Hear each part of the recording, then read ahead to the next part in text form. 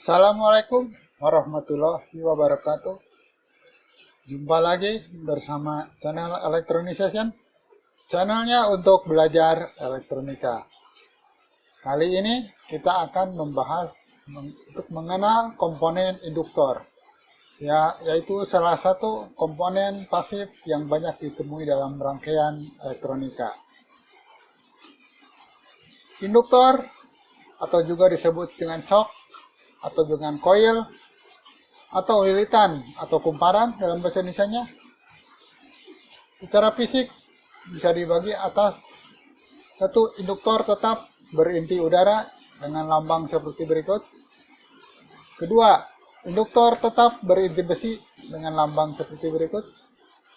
Yang ketiga, induktor tetap berinti ferrit dengan lambang seperti berikut. Keempat, induktor variabel dengan lambang seperti berikut. Dan terakhir, transformator atau trafo.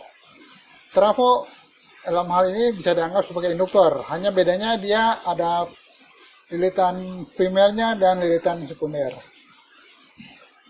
Semua induktor ini dalam satuan Henry, baik itu picohenry, nanohenry, microhenry, milihenry maupun satuan Henry. Tapi yang satuan Henry sangat jarang ya. Induktor yang berisi udara, contoh barangnya seperti berikut. Induktor yang berinti besi, contoh fisiknya, bentuk fisiknya seperti berikut. Ada juga yang berbentuk toroid. Lalu berinti ferrit. Berinti ferrit ini hampir sama dengan yang biasa, yang berinti udara maksudnya, ataupun yang berinti besi, cuman dalamnya aja yang intinya ferrit. Terakhir yang variabel ini dia ada settingan untuk merubah-rubahnya, jadi di tengah-tengahnya. Dan terakhir trafo.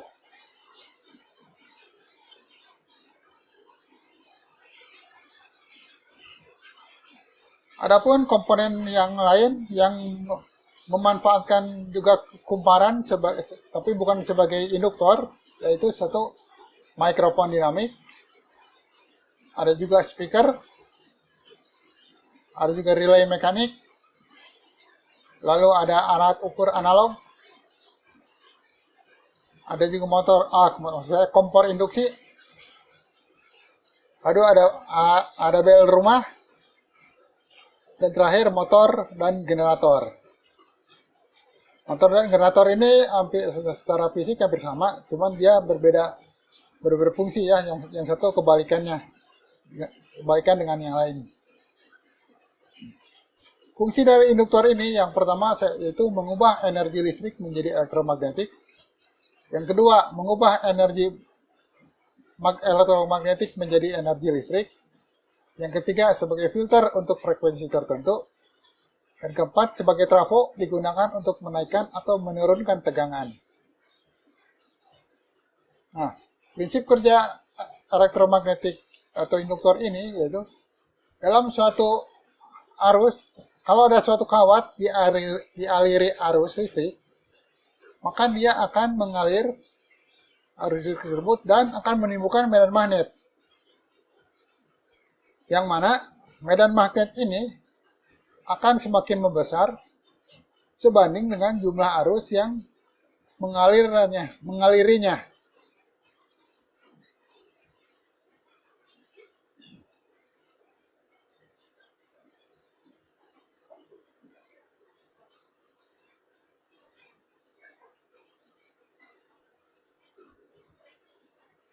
Nah, salah satu cara lain untuk menambah memperbesar medan magnetnya itu yaitu dengan menggantikan kawat lurus tersebut dengan dijadikan suatu kumparan atau lilitan. Karena kalau hanya kawat lurus, lalu arusnya yang diperbesar, itu akan jadi masalah karena si arus yang besar akan menimbulkan panas juga. Dan ada juga ditambah lagi keterbatasan terhadap kawat tersebut, karena satu kawat dengan diameter tertentu, arus yang bisa mengalirnya pun tertentu juga, tidak bisa sembarangan. Nah, jika suatu kumparan dialiri arus listrik, maka dia akan menimbulkan satu medan magnet yang sama seperti kawat yang lurus. Dan apabila si medan magnet tersebut, nah ini digambarkan dalam kurva di bawah, apabila si arus listrik tersebut sudah mencapai titik jenuhnya, maka si medan magnet itu tidak akan bisa naik lagi, tapi akan tetap.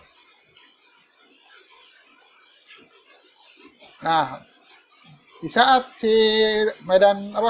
di saat arus listriknya berhenti atau diputus, maka si medan magnet itu akan perlahan juga akan hilang juga energinya.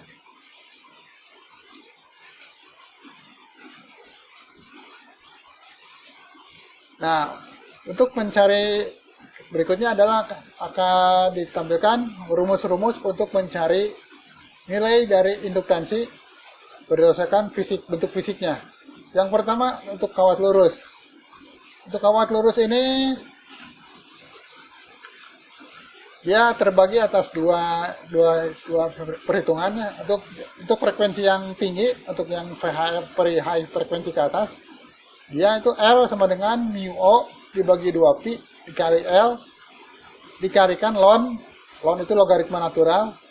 Ln dari 4L per D dikurangi 1. Di mana L adalah induktansi dalam nanohenry, L-nya adalah panjang kawatnya dalam ukuran milimeter, lalu D-nya adalah diameter kawat,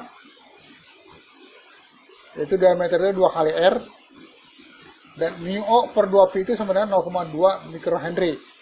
Dengan syarat panjang kabel tersebut 100 kali dari diameternya. Dan untuk frekuensi di bawah VHF bisa dilihat di bawahnya. Yang kedua, induktor silinder yang berinti udara. Dengan contoh seperti di gambar. Untuk contoh seperti ini, cara perhitungannya yaitu L sama dengan mu O dikali K dikali N kuadrat dikali Pi dikali R kuadrat dibagi L. Di mana L adalah induktansi dalam Henry, mu O adalah permeabilitas ruang hampa atau sama dengan 4 kali 10 pangkat min 7 Henry per meter. L adalah panjang lilitan dalam meter, R adalah jari-jari lilitan, dan N adalah jumlah lilitan. Sedangkan itu koefisien Nagaoka. Biasanya dianggap mendekati 1.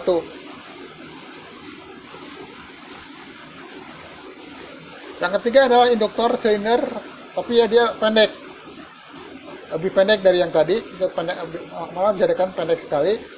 Untuk rumusnya adalah L sama dengan R kuadrat dikali N kuadrat dibagi 9R tambah 10L, di mana L adalah induktansi, L adalah panjang lilitan, R adalah jari-jari lilitan, dan N adalah jumlah lilitan. Berikutnya adalah induktor yang berbentuk silinder tapi berlapis, tapi sama-sama berinti udara. Rumusnya adalah L sama dengan 4/5 dikali dalam kurung R kuadrat kali N kuadrat dibagi 6R ditambah 9L ditambah 10D. Dalam hal ini L sama dengan induktansi dalam mikrohenry, L sama dengan panjang lilitan dalam inci, R adalah jari-jari lilitan dalam inci juga, N adalah jumlah lilitan, maksudnya jumlah lilitan ya, bukan, nggak usah dalam inci, salah editorial. D sama dengan ketebalan lilitan dalam inci.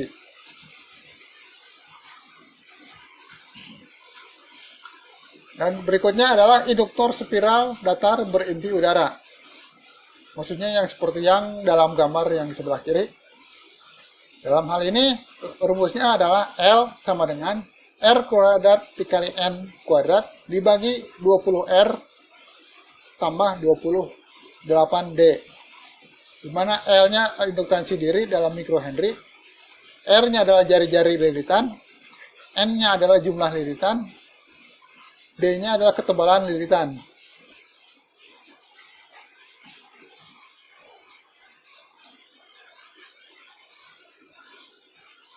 Berikutnya adalah induktor berinti toroid.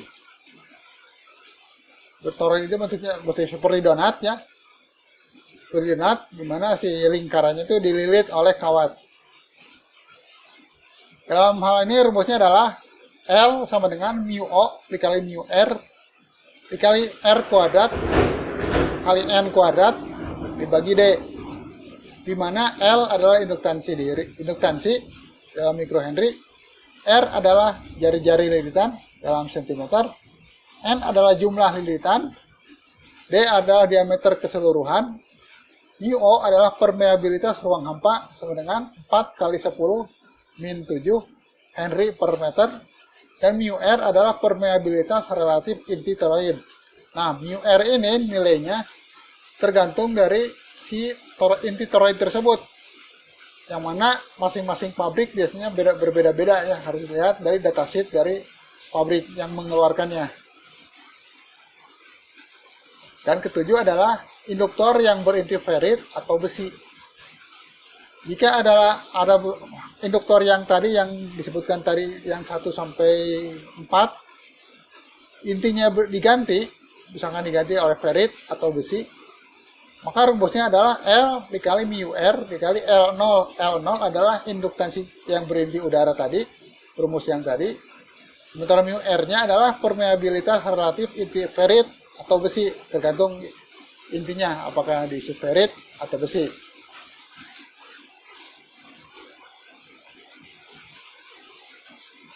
Nah, untuk kedepannya masalah induktansi, lalu ada impedansi induktor, dan trafo akan dibahas dalam video terpisah. Karena kalau disatukan di sini mungkin lebih lama dari, ya lebih dari 30 menit lah. Terima kasih sudah menonton sampai sejauh ini. Apabila Anda merasa video ini berguna, silahkan like, share, lalu subscribe, dan tulis juga komen. Apabila Anda merasa tidak berguna, silahkan dislike. Wassalam.